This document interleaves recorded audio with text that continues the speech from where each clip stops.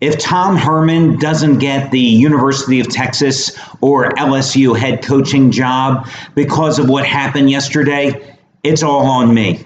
Because I put the kibosh on the Houston Cougars by using them yesterday as my 15-dime best bet. It's all on me, guys. I ruined the Cougars' national championship aspirations yesterday by using them as my top-rated selection. How the hell do the Houston Cougars, a team that's on a 9-1 ATS run as a road favorite, a team that's on a 16-1-1 ATS run on the road, lose to the midshipmen of Navy?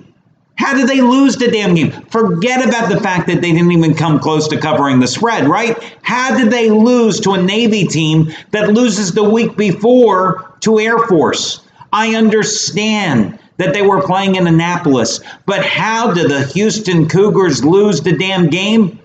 Because I picked them yesterday, that's how. So again, to you Houston Cougar fans watching today's video report, my sincere apologies. Listen, University of Texas, I'm telling you, Tom Herman is still an excellent coaching candidate. You got to fire Charlie Strong. I told you years ago you should have never hired him in the first place. I've been telling you for the last 3 years, the regents of the University of Texas, you got to get rid of Charlie Strong. He's not the right guy for your university to be coaching your team. You should still hire Tom Herman. No matter what I did to the Cougars yesterday, he's still the guy for your program. And Tom Herman, if you're smart, you will not go to LSU. But again, my apologies to the Cougars and to Tom Herman personally for ruining what could have been a magical dream season yesterday by backing you. But how the hell do you lose that game yesterday? But that's been typical of my season so far. I'll tell you what, guys, I cannot win on a Saturday. Last week, I go 4-1 in football for the weekend. I lose on Saturday. My saving grace is that Sundays in the NFL, I've hit 3 of my 4 Sunday NFL 15-dime best bets on the year. It's a damn good thing because I can't win on Saturdays. See, I can win on Thursday night, win with the Cardinals. I can accept the fact that I lost on Friday night with Tulsa. But Saturday, Houston, yuck. Yesterday, the free picks were even worse than Houston as I took the collar. I go into yesterday having won 31 of my previous 49 free plays. And as you know, over the past year and hell, over the past 7 or 8 years, the free plays, the games that I'm not even betting on have always been so strong. But not on Saturdays this season. Take the collar with those free plays yesterday. So because the day has now advanced and it's Sunday, let's win some complimentary plays in the NFL, shall we? And let me update you. If you happen to watch the Countdown to Kickoff show that I do with Steve Budin, listen, guys, let me just point out something with that show.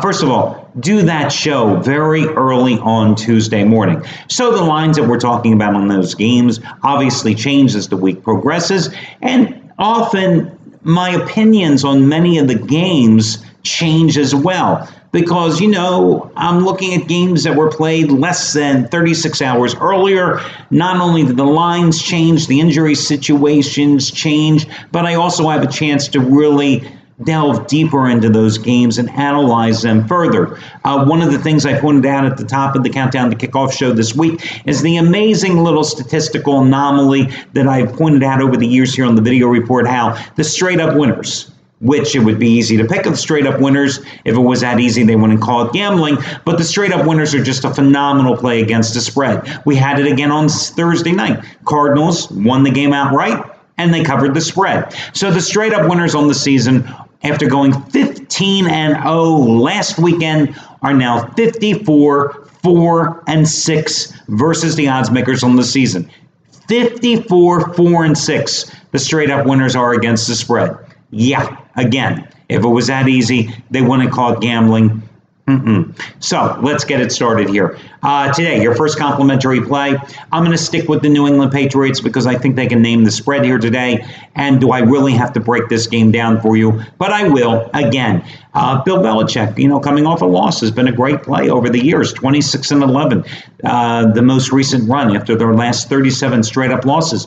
I've said repeatedly this season that I think the Cleveland Browns are the worst team in the NFL. giving the Jacksonville Jaguars a run for their money, perhaps, maybe even the Chicago Bears. But still, I think the Browns, especially defensively, the worst team in the NFL. I think that Tom Brady will have a field day, and I think the Patriots as a team are especially more motivated after being shut out by the Buffalo Bills last week, 16-0 at home.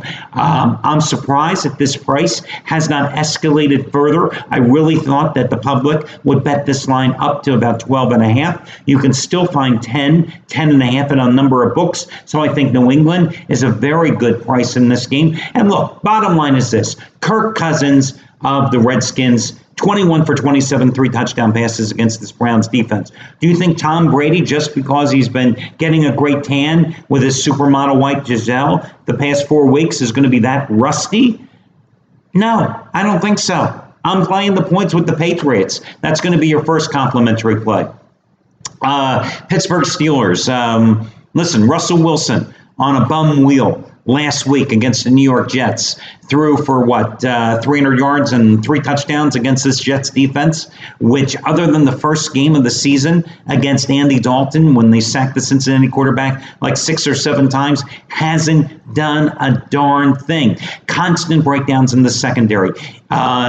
Inefficient in terms of constantly generating or being able to sustain a consistent pass rush against opposing quarterbacks this season.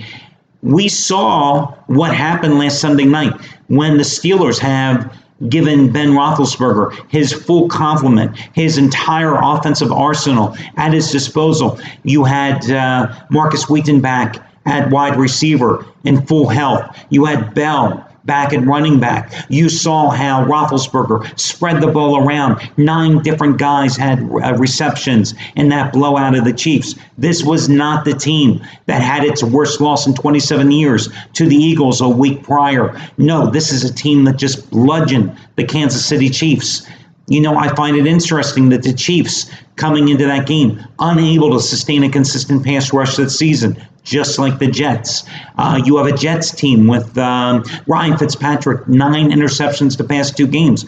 I thought it was interesting that the Steelers, who had 46 quarterback sacks a year ago, had only 1 in the first 3 games this season. But they dialed up the pressure last week, started calling blitzes. Alex Smith, who has some mobility, has the ability to scramble, unlike Ryan Fitzpatrick, has a decent offensive line, unlike Ryan Fitzpatrick, has a good ground game, unlike Ryan Fitzpatrick, because you remember, Matt Forte was not healthy, was not available for that full game last week, and yet he was dropped 4 times and hit like 7 or 8 more times in the pocket as well. So if the Steelers blitz Fitzpatrick today, which I'm sure they will, playing at home where they've been a great proposition in regular season action, I got to go with the Steelers. This line has gone from 8.5 up to 9, but I still think this is a fair price. I got to go with Pittsburgh here. That's another complimentary play here for today's action. Your other complimentary play, this is one of those games where I've had time to reflect on what I said in the Countdown to Kickoff show. And because of the injury situations, I've got to switch sides. You know, I thought Dallas earlier in this week was just a great price at -1 at home against Cincinnati. And you've seen this line now move the other way. You have seen Cincinnati now move to anywhere from a 2 to 2.5 point favorite today. And I think the public is right here with the Bengals. And I've looked at this Dallas team, a team that has been unable to generate a pass rush this season. What has been the Cincinnati Bengals' biggest problem offensively? Then they've been unable to protect Andy Dalton, right? 7 sacks by the Jets in week number 1. 12 times Dalton was sacked the first 3 weeks of the season. Hell, the Broncos got him 5 times in week number 3 at home. But the Cowboys only 5 sacks. One of the keys that I did point out in the Countdown to Kickoff show to the Cowboys' success this season has been their time of possession. 35 minutes a game. And that time of possession has really masked one of their flaws, that their defense is so thin, it's been able to keep them off the field for extended periods of time. I just think that this is a good matchup situation for Cincinnati. With Burfict back, they're all pro inside linebacker. They are going to play much more inspired defensively. I think you saw that. in last week's game. I think that also the Cowboys secondary suspect to begin with, without much of a pass rush. I think Andy Dalton is returned to the Dallas area. He started, of course, at TCU. I think that A.J. Green will be targeted often, and he should have a big game here tonight. You look at this Dallas defense. Have they done well this season? Sure. Who have they played? Week number 1, Eli Manning had a very good game against them. Otherwise, they played Brian Hoyer, they played Kirk Cousins, and they played Blaine Gabbert. Well, think about it. Cousins had a pretty decent game against them. Brian Hoyer, once the Bears went up-tempo in the second half, really started having great success in the second half of that aborted comeback by the Bears in that game against Dallas. They just ran out of time. Now, the Bengals have beaten the Jets and the Dolphins, two cellar dwellers in the AFC East. They lost to the Steelers in the mud and the rain. They lost to the Broncos. Nothing to be ashamed of there. Bengals only averaging 19.5 points a game, but they played some pretty good defensive teams, okay? They have 6 touchdowns in 4 games. Dallas has allowed 9 in their 4. I just think this is a good opportunity for the Bengals. They have had the extra time to prepare. You have a Dallas team that has a lot of injuries. Dez Bryant, not expected to play again here today. You've got their place kicker, Dan Bailey, who missed practice on Wednesday and Thursday because of a sore back. Cowboys elected not to sign another kicker just in case he's not healthy. He did return to practice on Friday. You know how consistent this guy has been. Orlando Sandrick, one of their starting cornerbacks, is questionable for this game, may not be playing here either today. I think that the Bengals will have some success bottling up Zeke Elliott, the NFL's leading rusher today. I just think that the public is right here, and I think the Bengals are the right side of this game. So I'm going to go with Cincinnati, Pittsburgh, and again, the New England Patriots as your 3 complimentary plays here today for your Sunday card. I wish you well, guys, and I'll talk to you again tomorrow when we break down that scintillating Monday night game between the Carolina Panthers and the Tampa Bay Buccaneers. I wish you well, and I'll talk to you again Monday. Good luck, everybody.